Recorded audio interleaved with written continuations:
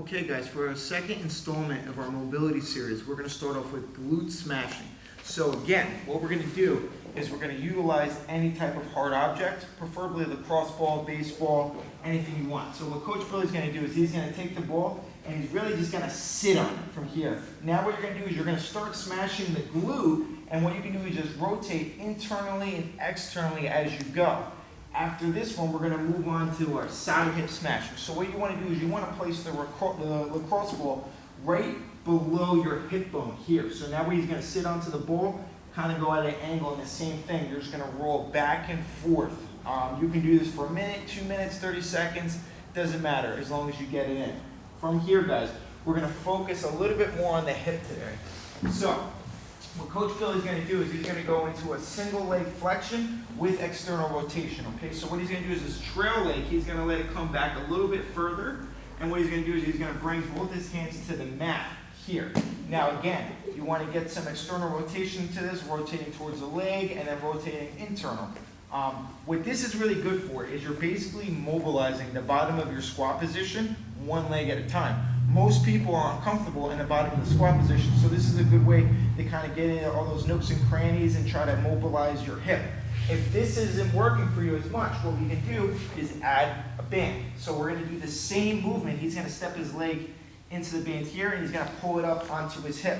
He's going to move away from the bench a little bit, and the same thing. I'm just going to pull Coach Billy's trail leg back a little bit here, and then he's going to put both his hands to the mat. Now from here, he's going to start mobilizing his leg by letting his knee come here, moving in a little bit, and just work. Again, guys, I like to do this for at least 1 minute each leg. Now, we're going to step out of the band, and we're going to go a step further. Now, I'm going to do this one for you guys real quick, but Coach Billy's going to sit on the bench so it doesn't move on me. Now, most athletes cannot get extension on the back leg. This is why I like this one, because it's a 2-for-1.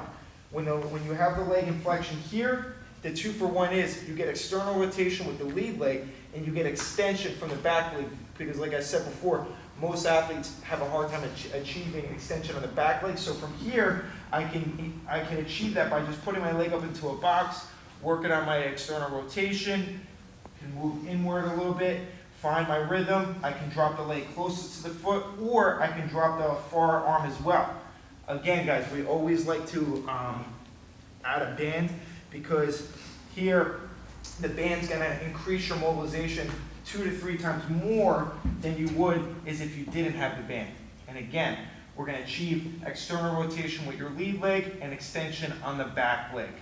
One last one, if you guys want to do too, to get a little bit more active, is you can band your leg, and we can go into single leg squats as well. Same thing, you're getting a 2-for-1 because you're getting a little bit of strength benefit as well as the mobility.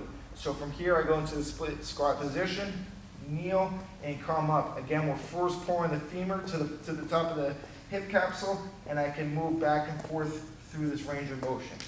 Try these out, guys. If you have any questions whatsoever, please message us or give us a call. Thanks.